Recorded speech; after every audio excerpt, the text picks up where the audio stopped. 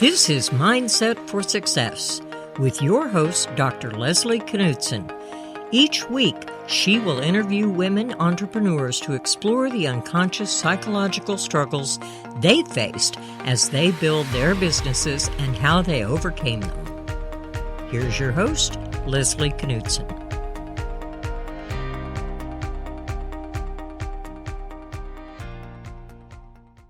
This is Mindset for Success, and I'm your host, Dr. Leslie Knudsen. Each week, we interview women entrepreneurs to explore the unconscious psychological struggles they faced as they built their businesses and how they overcame them. Welcome, Delilah, to the show this evening. Thank you so much. It's such a pleasure to be here with you. I'm going to give a little background on Delilah. Delilah Panio is a capital markets expert with a special passion for working with women entrepreneurs and funding. Prior to her current role as Vice President of Capital Formation for the Toronto Stock Exchange, she co-founded We Are Enough, a nonprofit that educates women on why and how to invest in women-owned businesses and/or with a gender lens. Delilah is an advisory board member and co-chair of the Capital Council for We Global. She's a frequent speaker and pitch competition judge and coach, and was named in the 2019 Top 100 People in Finance magazine. So Delilah, I'm going to start by asking you some questions. For a number of years, you were the Director of Business Development for the Toronto Stock Exchange. And then at a certain point, you decided to make a bold move and transfer to Los Angeles and to begin a startup. I can imagine there was some uncertainty and risk in this. Can you tell me what you hope to get out of your entrepreneur journey and how you handled the risk and maybe the uncertainty?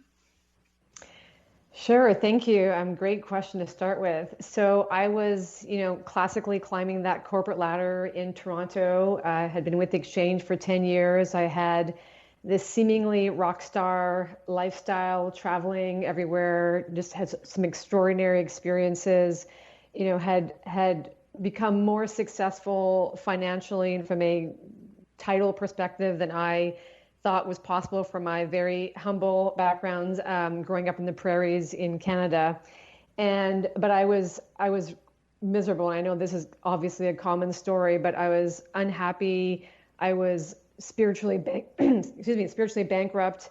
I was burnt out, and I was about to turn 40, and I thought there has to be more than this. And so I boldly, I guess, although at that point I felt like I didn't really have a choice anymore, because I had really, to be honest, stayed too long and pushed myself too hard to stay, listening to that ego mind of I should be like this, I should love this, I should be able to heal and be happy with this because it's more than I grew up with, but it wasn't in my heart and soul what I wanted in my life. And so I quit my job. I moved to LA for sunshine, obviously. As a Canadian, I find winter to be unnecessary. And I had a startup idea, and I had this really good idea that was something that I was interested in and could have used when I was a corporate gal. And so I went on this journey to start this company and thought, well, how hard could this be? I have an MBA. How hard can this be? And I would advise companies all the time in terms of going public. And turns out, as every woman entrepreneur listening knows, it is hard. And I went down this path of, again, really, really pushing myself I believed in the startup, I believed in myself, but I did not take care of myself physically, mentally, spiritually, and financially. And so after about 2.5, 3 years working on it, I had to let it go. And then I had to continue this journey of who am I? What am I supposed to do with this, the gifts I know I have, but it didn't work. And that was hard because to be honest, I had never really failed at anything before in my life. And that was a really good ego check and a humbling experience, and led to the journey that continues today. So the failure was something difficult, and you were able to get over it in the sense of looking forward and finding new ways to put your energies? Well, I don't know that I was conscious of it at the time. I was really in survival mode. I had spent all of my money to build this business. I was out of money. I turned to consulting, like what knowledge did I have? What skills could I, make money doing? That was something I was interested in. So I started working with women entrepreneurs on their funding strategies. I was the lead for SheEO, which is a global innovative financing tool for women in financing. And so I brought that concept to LA, worked on that. As you said in my intro, with the founder of We Are Enough, we created this nonprofit around women in funding. But things were still not working for me. And so I, again, sort of blew up my life a bit, and I sold everything, and I booked a one-way ticket to Tulum, Mexico, and started down, an extraordinary sort of healing path of who am I, and what should I do with my life? And then brilliantly, as the universe would provide this opportunity to go back to the Toronto Stock Exchange, which I have to tell you was a difficult decision to make, because I really believed in myself as an entrepreneur, and I really wanted to prove that I could have a business, but I wasn't even sure what the business was at that point. And so I was struggling with this decision of how do you go back to corporate when I really just in my heart know that I am an entrepreneur. And so someone gave me brilliant advice that I would put to anybody who's in a difficult situation or have to make a decision. And, she asked me, what is the most radically generous thing you could do for yourself right now? And as soon as she said that, my inner knowing, my higher self said, take the job. Because I needed to get stable financially. I needed to get stable emotionally, physically, spiritually. And this job was going to allow that to happen. And there's no shame in doing that. There's no shame in doing whatever it takes to take care of yourself, because otherwise nothing is going to work, really. Tell me something. How come you knew that you needed to be an entrepreneur? What called out to you about that? I think, it's this concept of freedom, which is one of my top values, which of course every entrepreneur is thinking, yeah, I started my company for freedom too. And it turns out it's a lot more work. And your schedule is even like less your own. But there's just something for me in the concept of creation, and maybe that's, egoic. I'm sure part of it is, but it's this knowing that there's something in me that I have to create that can have an impact. And I'm not here to change the world or save the world. I don't have that big of an ego around it, but I know that I'm here on this planet in this time to have some kind of an impact. And I think for me, that is through an entrepreneurial venture. Now, at some point, I'm currently at Toronto Stock Exchange, which I love because I get to work with entrepreneurs. I get to advise entrepreneurs. I'm hoping to get a lot more women to go public so that we can, create this funding life cycle of exiting and funding more women entrepreneurs. But I get to be very entrepreneurial within the corporation because I represent the exchange living here in California. And so you can be entrepreneurial in different ways, and certainly in parts of your life. And the principles are all the same. The difference is that I do, benefit from having the corporate paycheck for. Right. I was going to say you take care of yourself in addition to being an entrepreneur. Yeah. Yes. Which it sounds like something initially was not necessarily front and center for you. Exactly. Yeah. No, that's definitely true. Yeah. Which kind of brings me to another question. You talk about how until recently that you were extremely driven to be successful, and that in order to achieve this, you thought that you had to be masculine. And looking back on this, has this changed for you, and why?